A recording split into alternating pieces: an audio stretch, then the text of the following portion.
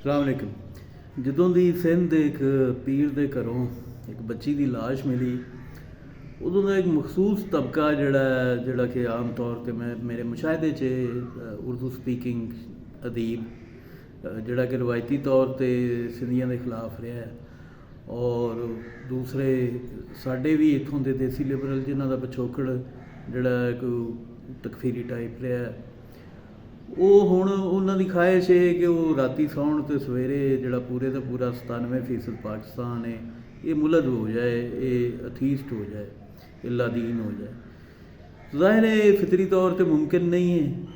ਹੁਣ ਉਹ ਜਿਹੜਾ ਪ੍ਰੋਪੇਗੰਡਾ ਹੋ ਰਿਹਾ, ਮੈਂ ذاتی ਤੌਰ 'ਤੇ ਇੱਕ ਗੱਲ ਵਾਅਦੇ ਕਰਦਾ ਜਾਂ ਮੈਂ ذاتی ਤੌਰ 'ਤੇ ਕੋਈ ਮਸਲਕ ਪ੍ਰੈਕਟਿਸ ਨਹੀਂ ਕਰਦਾ ਤੁਹਾਡੇ ਇਲਮ 'ਚ। ਮੈਂ ذاتی ਤੌਰ 'ਤੇ ਕਿਸੇ ਮਸਲਕ ਦੇ ਖਿਲਾਫ ਵੀ ਨਹੀਂ, ਖੁਆਹ ਉਹ ਹਨਫੀ ਹੋਣ, ਬਰੇਲਵੀ ਹੋਣ, ਦਿਓਬੰਦੀ ਸੁੰਨੀ ਹੋਣ ਜਾਂ ਸੂਫੀ ਸੁੰਨੀ ਹੋਣ ਜਾਂ ਅਹਿਲੇ ਤਸ਼ੀਅ ਹੋਣ, ਮੈਂ ਕਿਸੇ ਵੀ ਮਕਤਬੇ ਫਿਕਰ ਦੀ ਬਹਿਸ 'ਚ ਨਹੀਂ ਉਲਝਦਾ। ਮੈਂ ਇੱਕ ਸਿੱਧਾ ਸਾਦਾ ਜਿਹਾ ਬੰਦਾ, ਇੱਕ ਸਿੱਧਾ ਸਾਦਾ ਜਿਹਾ ਕੌਮ ਪ੍ਰਸਤਾਂ ਜਿਹਨੂੰ ਪੰਜਾਬ ਧਰਤੀ ਨਾਲ ਪਿਆਰ ਹੈ। ਹੁਣ ਅਸੀਂ ਅਗਰ ਇਹਨਾਂ 'ਤੇ ਗੌਰ ਕਰੀਏ ਨਾ, ਉਰਦੂ ਸਪੀਕਿੰਗ ਜਿਹੜਾ ਦਾਨਿਸ਼ਵਰ ਅਦੀਬ ਇਹਨੇ ਫੁੱਦੂ ਤਾਂ ਲਾ ਲਿਆ ਸਾਡੇ ਸ਼ਹਿਰਾਂ ਦੀ ਆਵਾਮ ਨੂੰ, ਖਾਸ ਤੌਰ 'ਤੇ ਪੰਜਾਬ ਦੇ ਸ਼ਹਿਰਾਂ ਦੀ ਆਵਾਮ ਨੂੰ, ਲੇਕਿਨ ਸਿੰਧ ਦੇ ਵਿੱਚ ਇਹ ਕਾਮਯਾਬ ਨਹੀਂ ਹੋ ਸਕੇ। ਇਹਨਾਂ ਕੋਸ਼ਿਸ਼ ਕੀਤੀ ਉੱਥੇ ਸਾਦਾਤ ਨੂੰ ਰਲਾਉਣ ਦੀ, ਨਾਲ ਸਾਦਾਤ ਵੀ ਇਹਨਾਂ ਦੇ ਚਕਮੇ 'ਚ ਨਹੀਂ ਆਈ ਉੱਥੋਂ ਦੀ। ਇਹਨਾਂ ਪੰਜਾਬ ਦੇ ਵਿੱਚ ਵੀ ਕੋਸ਼ਿਸ਼ ਕੀਤੀ, ਔਰ ਕੋਸ਼ਿਸ਼ ਕੀ ਕੀਤੀ, ਕਾਮਯਾਬੀ ਇਹਨਾਂ ਦੀ ਕਿ ਇਹਨਾਂ ਪੰਜਾਬੀਆਂ ਤੋਂ ਬੁੱਲਾ ਵਾਰਸ ਦੂਰ ਕਰ ਦਿੱਤਾ, ਖਾਸ ਤੌਰ 'ਤੇ ਸ਼ਹਿਰੀ ਪੰਜਾਬੀਆਂ ਤੋਂ ਉਹਨਾਂ ਨੂੰ ਉਰਦੂਆਈਜ਼ ਕਰ ਲਿਆ, ਲੇਕਿਨ ਸਿੰਧ ਦੇ ਵਿੱਚ ਇਹ ਨਹੀਂ ਹੋ ਸਕਿਆ। ਹੁਣ ਉਹ ਪ੍ਰੋਪੇਗੰਡਾ ਜਿਹੜਾ ਹੈ ਉਹ ਸਾਰਿਆਂ ਦਾ ਸਾਰਾ ਇੱਕ ਫਰਦੇ ਵਾਹਿਦ ਨੂੰ ਟਾਰਗੇਟ ਕਰਕੇ ਔਰ ਸਾਦਾਤ ਦੇ ਖਿਲਾਫ ਕੀਤਾ ਜਾ ਰਿਹਾ, ਕਿਉਂਕਿ ਸਿੰਧ ਦੇ ਵਿੱਚ ਸਾਦਾਤ ਜ਼ਿਆਦਾ ਪੀਰੀ ਮੁਰੀਦੀ ਕਰਦੀ। ਵੈਸੇ ਪੰਜਾਬ ਦੇ ਵਿੱਚ ਤਾਂ ਇਹ ਹੁਣ ਸਾਦਾਤ ਦੀ ਕੋਈ ਇਜਾਰਾਦਾਰੀ ਨਹੀਂ ਇਹਦੇ 'ਤੇ ਰਹੀ ਸਈਦਾਂ ਦੀ। ਇੱਥੇ ਤਾਂ ਬੜੇ ਵੱਡੇ ਵੱਡੇ ਪੀਰ ਜਿਹੜੇ ਨੇ ਸੂਫੀ, ਉਹ ਨਾਵਾਂ ਦੇ ਵਿੱਚ ਰਾਜਪੂਤ ਵੀ ਸਨ, ਉਹ ਗੁਜ਼ਰੇ ਨੇ, ਉਹ ਗੁੱਜਰ ਵੀ ਹੋ ਗੁਜ਼ਰੇ ਨੇ, ਉਹ ਅਰਾਈ ਵੀ ਹੋ ਗੁਜ਼ਰੇ ਨੇ। ਲੇਕਿਨ ਇਹਨਾਂ ਦਾ ਪ੍ਰੋਪੇਗੰਡਾ ਜਿਹੜਾ ਸਈਦਾਂ ਦੇ ਖਿਲਾਫ ਹੈ, ਮੇਰੀ ਸਮਝੋਂ ਬਾਹਰ ਹੈ ਕਿ ਇਹ ਸਈਦਾਂ ਦੇ ਖਿਲਾਫ ਪ੍ਰੋਪੇਗੰਡਾ ਕਰਕੇ ਕੀ ਹਾਸਲ ਕਰਨਾ ਚਾਹ ਰਹੇ ਨੇ। ਇਹਨਾਂ ਇਹ ਪ੍ਰੋਪੇਗੰਡਾ ਜਿਹੜਾ ਹੈ ਉਹ ਕਦੀ ਉਸ ਜ਼ਮਾਨੇ 'ਚ ਨਹੀਂ ਕੀਤਾ ਜਦੋਂ ਤੱਕ ਐਮਪੀ ਸਲਮਾਨ ਸਾਊਦੀਆ 'ਚ ਨਹੀਂ ਸੀ ਆਇਆ, ਔਰ ਉਹ ਇੱਥੇ ਫੰਡਿੰਗ ਕਰਦੇ ਸਨ ਬੁਨਿਆਦ ਪ੍ਰਸਤੀ ਦੀ, ਇੰਤਹਾ ਪਸੰਦੀ ਦੀ।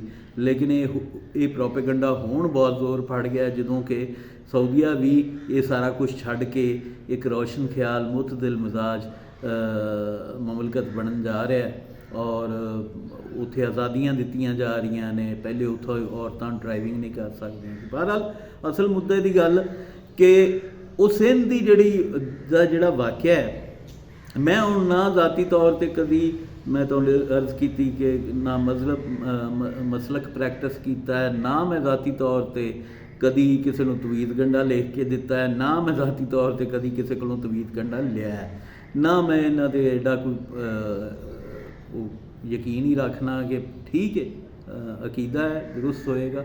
ਮੈਂ ਅਕੀਦਿਆਂ ਨਹੀਂ ਛੇੜਨ ਦਾ ਆਦੀ, ਲੇਕਿਨ ਮੈਂ ذاتی ਆਪਣੀ ਗੱਲ ਦੱਸ ਰਿਹਾ ਕਿ ਮੈਨੂੰ ਇਹਨਾਂ ਨਾਲ ਕੋਈ ਲਗਾਓ ਨਹੀਂ। ਲੇਕਿਨ ਜਦੋਂ ਵੀ ਇਹ ਗੱਲ ਹੁੰਦੀ ਨਾ, ਕਿਸੇ ਮੌਲਵੀ 'ਤੇ ਵੀ ਹੁੰਦੀ, ਇਹ ਦੇਸੀ ਲਿਬਰਲ ਜਦੋਂ ਕਿਸੇ ਮੌਲਵੀ 'ਤੇ ਵੀ ਗੱਲ ਕਰਦੇ ਨੇ, ਕਿਸੇ ਸ਼ੀਆ ਸੁੰਨੀ ਅਹਿਲੇ ਹਦੀਸ ਮੌਲਵੀ 'ਤੇ ਵੀ ਗੱਲ ਕਰਦੇ ਨੇ, ਉਹਨੂੰ ਵੀ ਟਾਰਗੇਟ ਕਰਦੇ ਨੇ, ਕਿਸੇ ਇੱਕ ਮੌਲਵੀ ਦੀ ਹਰਕਤ ਦੀ ਵਜ੍ਹਾ ਤੋਂ ਸਾਰੇ ਮੌਲਵੀਆਂ ਨੂੰ ਟਾਰਗੇਟ ਕਰਦੇ ਨੇ। ਮੈਂ ਉਦੋਂ ਵੀ ਮੈਨੂੰ ਇਹ ਭੈੜਾ ਲੱਗਦਾ ਹੈ ਕਿ ਯਾਰ ਇਹ ਜਿਨਸੀ ਨਫਸਾਨੀ ਖਾਹਿਸ਼ਾਤ ਕਿਸੇ ਵੀ ਇਨਸਾਨ 'ਤੇ ਗਾਲਬ ਆ ਸਕਦੀਆਂ ਨੇ। ਮੈਂ ਹੋਵਾਂ, ਤੁਸੀਂ ਹੋਵੋ, ਕੋਈ ਹੋਵੇ, ਅੱਲਾ ਮਾफ़ ਕਰੇ, ਬਚਾਈ ਰੱਖੇ, ਲੇਕਿਨ ਇਨਫਰਾਦੀ ਤੌਰ 'ਤੇ ਕੋਈ ਵੀ ਭੁੱਲ ਸਕਦਾ ਹੈ, ਕੋਈ ਵੀ ਰਾਹ ਭਟਕ ਸਕਦਾ ਹੈ, ਕੋਈ ਵੀ ਜੁਰਮ ਕਰ ਸਕਦਾ ਹੈ, ਔਰ ਉਹਨੂੰ ਸਜ਼ਾ ਵੀ ਲਾਜ਼ਮੀ ਮਿਲਣੀ ਚਾਹੀਦੀ। ਮੈਂ ਇਹ ਨਹੀਂ ਕਹਿ ਰਿਹਾ ਕਿ ਕਿਸੇ ਨੂੰ ਸਜ਼ਾ ਨਾ ਮਿਲੇ। ਅਗਰ ਉਸ ਪੀਰ ਦੇ ਘਰੋਂ ਉਹ ਸਾਰਾ ਕੁਛ ਲਾਸ਼ ਬਰਾਮਦ ਹੋਈ, ਉਹ ਬੱਚੀ ਨਾਲ ਰੇਪ ਹੋਇਆ, ਬਹੁਤ ਜ਼ੁਲਮ ਹੋਇਆ, ਔਰ ਅਗਰ ਉਹਦੇ 'ਤੇ ਫੋਰੈਂਸਿਕ ਦੇ ਮੁਤਾਬਕ ਔਰ ਪੂਰੀ ਤਹਿਕੀਕ ਛਾਨਬੀਨ ਦੇ ਮੁਤਾਬਕ ਸਾਬਤ ਹੁੰਦਾ ਜੁਰਮ, ਤੇ ਉਹਨੂੰ ਸਰੇਆਮ ਫਾਂਸੀ ਦਿੱਤੀ ਜਾਏ, ਮੇਰੀ ਵੀ ਖਾਹਿਸ਼ ਹੋਈ। ਲੇਕਿਨ ਇਹਨੂੰ ਲੈ ਕੇ ਸੂਫੀਜ਼ਮ ਨੂੰ ਟਾਰਗੇਟ ਕਰਨਾ ਕਿ ਜਿਹੜਾ ਪੈਗਾਮ ਹੀ ਪ੍ਰਚਾਰ ਹੀ ਮੁਹੱਬਤ ਦਾ ਹੈ, ਜਿਹੜਾ ਤੁਹਾਨੂੰ ਸਿਖਾਉਂਦਾ ਹੀ ਬਕਾਏ ਬਾਹਮੀ ਹੈ, ਜਿਹੜਾ ਕਿਸੇ ਤੇ ਜ਼ਬਰ ਕਰਦਾ ਹੀ ਨਹੀਂ, ਕਿਸੇ ਨੂੰ ਮਜ਼ਹਬ ਦੀ ਬੁਨਿਆਦ ਤੇ ਮਾਰਨਾ ਦਰੁਸਤ ਨਹੀਂ ਸਮਝਦਾ, ਕਤਲ ਕਰਨਾ ਦਰੁਸਤ ਨਹੀਂ ਸਮਝਦਾ, ਉਹਨੂੰ ਤੁਸੀਂ ਟਾਰਗੇਟ ਕਰ ਰਹੇ ਹੋ।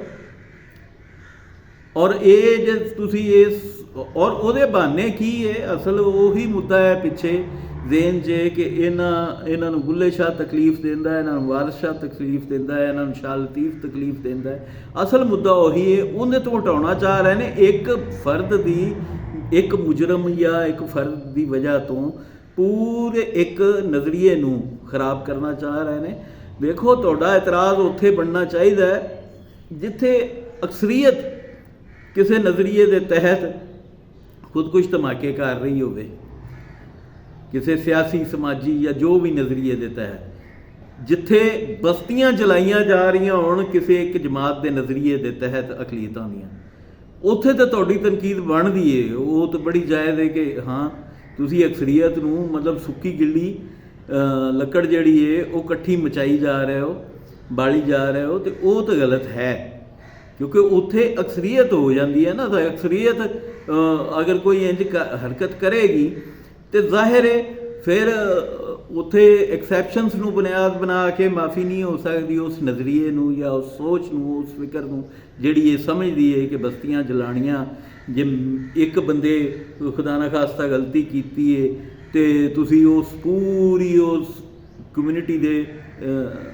ਘਰ ਸਾੜ ਦਿਓ, ਉਹਨੂੰ ਪੂਰੀ ਕਮਿਊਨਿਟੀ ਨੂੰ ਸਜ਼ਾ ਦੇ ਦਿਓ। ਲੇਕਿਨ ਇੱਥੇ ਵਾਕਿਆ ਸਿਰਫ ਇੱਕ ਹੈ ਔਰ ਉਹ ਵਾਕਿਆ ਉਛਾਲਿਆ ਤਾਂ ਜਾ ਰਿਹਾ, ਮੈਂ ਬਾਰ-ਬਾਰ ਅਰਜ਼ ਕਰ ਰਿਹਾ ਕਿ ਉਹ ਇੰਟੀਰੀਅਰ ਸਿੰਧ ਦੇ ਜਿਹੜਾ ਕਿ ਉਰਦੂ ਸਪੀਕਿੰਗ ਦੀ ਜ਼ੁਬਾਨ ਔਰ ਕਲਚਰ ਤੋਂ ਮੁਤਾਸਰ ਨਹੀਂ ਹੋਇਆ।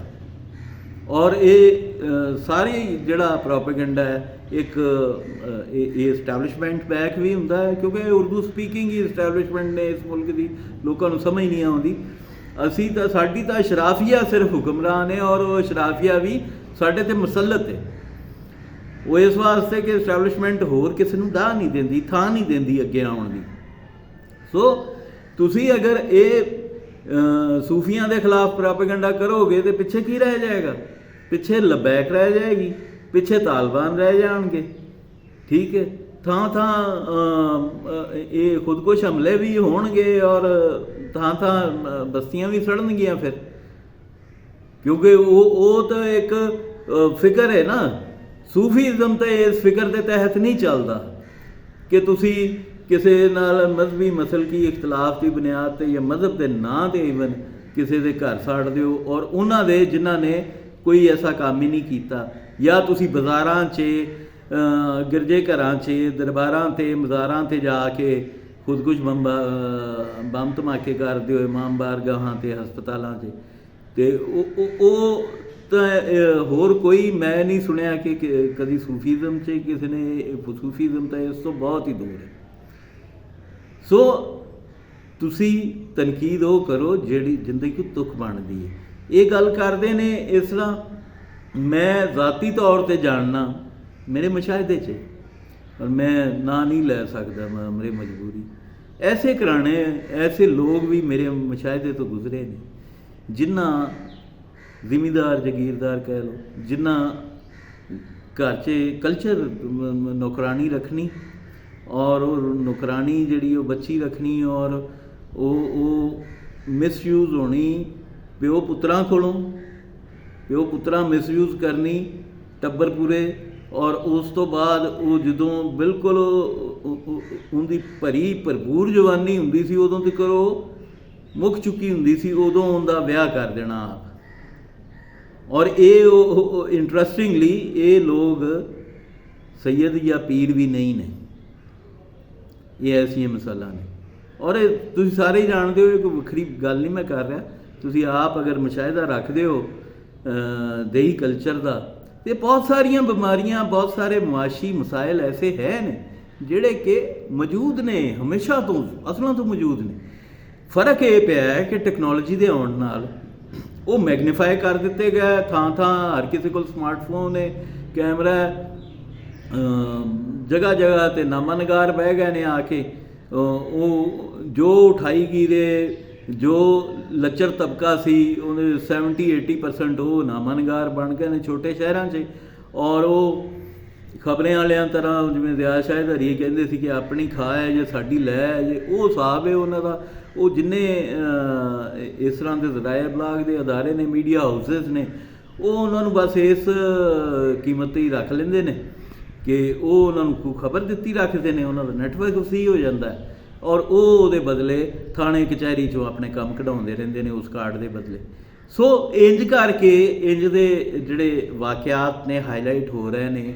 ਔਰ ਚਲੋ ਚੰਗੀ ਗੱਲ ਹੈ ਹੋ ਰਹੇ ਨੇ, ਲੇਕਿਨ ਇਹ ਗਲਤਫਹਿਮੀ 'ਚ ਨਹੀਂ ਰਹਿਣਾ ਚਾਹੀਦਾ ਕਿ ਅੱਜ ਹੋ ਰਹੇ ਨੇ, ਇਹ ਹਮੇਸ਼ਾ ਤੋਂ ਮੌਜੂਦ ਨੇ। ਔਰ ਇਹ ਵੀ ਗਲਤਫਹਿਮੀ 'ਚ ਨਹੀਂ ਰਹਿਣਾ ਚਾਹੀਦਾ ਕਿ ਕੋਈ ਇੱਕ ਕਾਸਟ ਜਾਂ ਕੋਈ ਇੱਕ ਮਸਲਕ ਦੇ ਵਿੱਚ ਇਹ ਖਰਾਬੀ ਮੌਜੂਦ ਹੈ। ਇਹ ਇਨਫਰਾਦੀ ਤੌਰ 'ਤੇ तमाम ਮਕਾਤਬੇ ਫਿਕਰ 'ਚ ਔਰ तमाम ਨਸਲਾਂ ਦੇ ਵਿੱਚ ਮੌਜੂਦ ਹੋ ਸਕਦੀ ਹੈ, ਉਹ ਕਿਸੇ 'ਚ ਵੀ ਹੋ ਸਕਦੀ ਹੈ।